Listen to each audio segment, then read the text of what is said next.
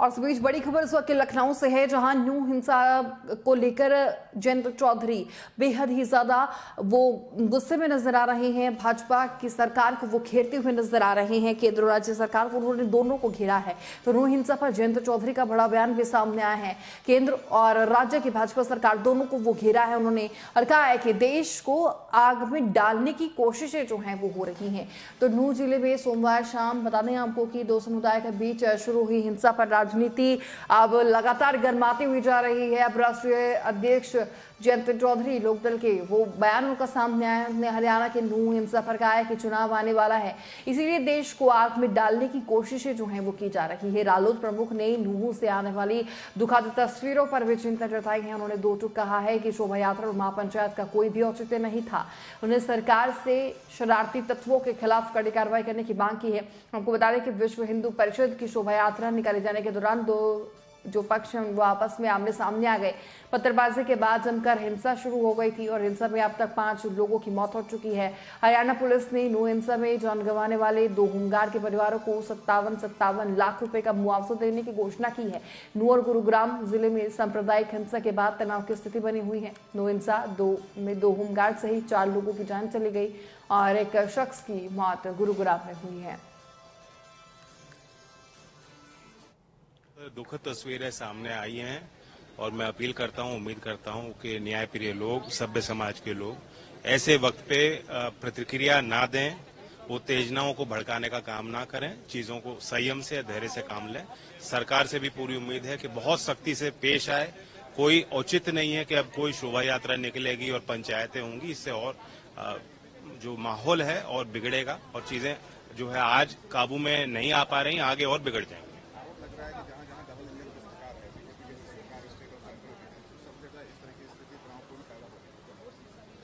ये जो एलिमेंट्स हैं इन्हें चिन्हित सरकार पहले ही कर चुकी है और सरकार को अच्छी तरह मालूम है और सरकार के इनके परिवार के लोग ही हैं जो लोग आज सत्ता में बैठे हैं, इसलिए ये आरोप लग रहा है। अगर कहीं लग रहा है तो मैं भी सहमत हूं उस बात से जो लोग शंका व्यक्त कर रहे हैं कि जैसे जैसे चुनावी माहौल होगा, जो लोग राजनीतिक फायदा लेते हैं ऐसा माहौल बनाकर, वो लोग को पूरी कोशिश करेंगे कि देश को आग में डाल दिया जाए और धकेलने की पूरी कोशिश आज भी हो रही है। लेकिन मुझे विश्वास है कि हमारे जो न्यायप्रिय लोग हैं और जो मूल विचार देश का उदारवादी है, वे सबको साथ लेके चलने का है और इस तरीके से जो लोग शंका व्यक्त कर रहे हैं कि और इस बीच लखनऊ से बड़ी खबर इस वक्त है, जहां नूह हिंसा पर पहली बार अपनी प्रतिक्रिया जो है वो मायावती ने भी दी है और जमकर सरकार को घेरा है। तो ये बड़ी खबर देख रहे हैं आप इस वक्त की लखनऊ से, जहां हरियाणा के नूह में विश्व हिंदू परिषद की शोभा यात्रा के दौरान हुई हिंसा को लेकर बसपा सुप्रीमो मायावती ने भी प्रदेश सरकार पर हमला बोल दिया है। बसपा सुप्रीमो ने कहा है कि जब राज्य सरकार इस तरीके के कार्यक्रमों को सुरक्षा नहीं दे सकती तो फिर वो ऐसे आयोजनों को इजाजत क्यों देती है। मायावती ने मणिपुर और हरियाणा में हिंसा के साथ पिछले दिनों हुई तमाम घटनाओं का जिक्र करते हुए कहा कि राजनीतिक और संकीर्ण स्वार्थ की पूर्ति के लिए ऐसी चीजों की अनुमति नहीं दी जानी चाहिए। बसपा सुप्रीमो मायावती ने नूह में हुई हिंसा को लेकर हरियाणा सरकार पर तीखा हमला बोला है। उन्होंने कहा कि हरियाणा में हुई हिंसा और फिर इसका आसपास के इलाकों में फैल जाना, इससे साबित होता है कि हरियाणा में भी मणिपुर की तरह ही कानून व्यवस्था ध्वस्त हो गई है। यहाँ की जो सरकार है उनका जो खुफिया तंत्र है वो निष्क्रिय है, तो चिंताजनक बातें हैं। और हरियाणा सरकार उस यात्रा को सुरक्षा देने में विफल रही है। अगर वो इस यात्रा को सुरक्षा नहीं दे सकती थी तो फिर सरकार के द्वारा ऐसे आयोजन की अनुमति ही क्यों दी जाती है। वीप आदि की यात्रा पर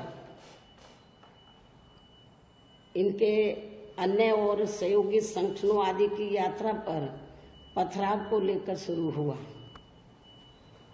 जिससे भी पूरे तौर से ये स्पष्ट है कि हरियाणा सरकार उस यात्रा को सुरक्षा देने में पूरे तौर से विफल रही है, जबकि राज्य के शासन प्रशासन व खासकर खुफिया तंत्र को खासकर इन मामलों को लेकर हर प्रकार से काफी चुस्त व दुरुस्त होना चाहिए था।